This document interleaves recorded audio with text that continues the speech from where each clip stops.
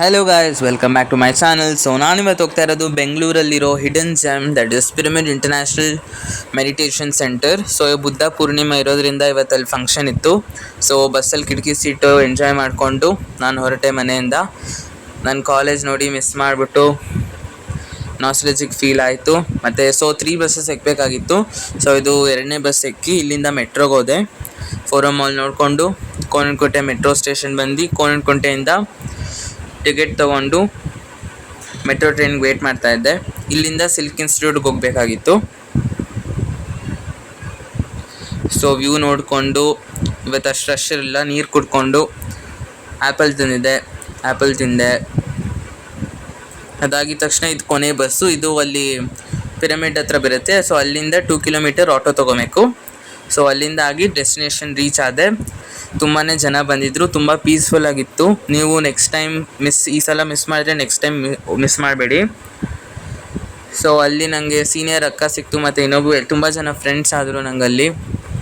So ನಾವು ಇಲ್ಲಿ ಕುತ್ಕೊಂಡು ಮೆಡಿಟೇಷನ್ ಬಗ್ಗೆ ಒಂದು ಅಣ್ಣ ಹೇಳ್ತಾಯಿದ್ದು, ತುಂಬ ಇಂಟ್ರೆಸ್ಟಿಂಗ್ ಆಗಿತ್ತು. ಎಷ್ಟೊಂದು ನಂಗೆ ಗೊತ್ತಿರಲಿಲ್ಲ. ಸೊ ನಾವು ಮಾತಾಡಿಕೊಂಡು ಚಿಲ್ ಮಾಡ್ತಾಯಿದ್ವಿ. ಪ್ಲೇಸ್ ತುಂಬ ಚೆನ್ನಾಗಿತ್ತಲ್ಲಿ. ಅದಾಗಿದ ತಕ್ಷಣ ಪಿರಮಿಡ್ ಕಡೆ ಹೋದ್ವಿ. ಪಿರಮಿಡ್ ಕಡೆ ಅಲ್ಲಿ ಊಟ ಕೊಡ್ತಾಯಿದ್ರು. ತುಂಬಾ ಜನ ಬಂದಿದ್ದರು. ಸ್ಟಾಲ್ಸ್ ಎಲ್ಲ ಇಕ್ಕಿದ್ರು, ಯೂತ್ ಫೆಸ್ಟು ಮತ್ತು ಕಾಪರ್ ಥಿಂಗ್ಸ್ ಎಲ್ಲ ಇಕ್ಕಿದ್ರು. ನೀವೇ ನೋಡ್ತಾ ಇರ್ಬೋದು, ತುಂಬ ಜನ ಬಂದಿದ್ದರು. ಪ್ರಸಾದ ಅಂತೂ ತುಂಬ ಚೆನ್ನಾಗಿತ್ತು. ಚಪಾತಿ, ಬದನೆಕಾಯಿ ಗೊಜ್ಜು, ಅನ್ನ ಸಾರು, ಪಾಪಡ್, ಸ್ವೀಟ್ ಎಲ್ಲ ಇತ್ತು.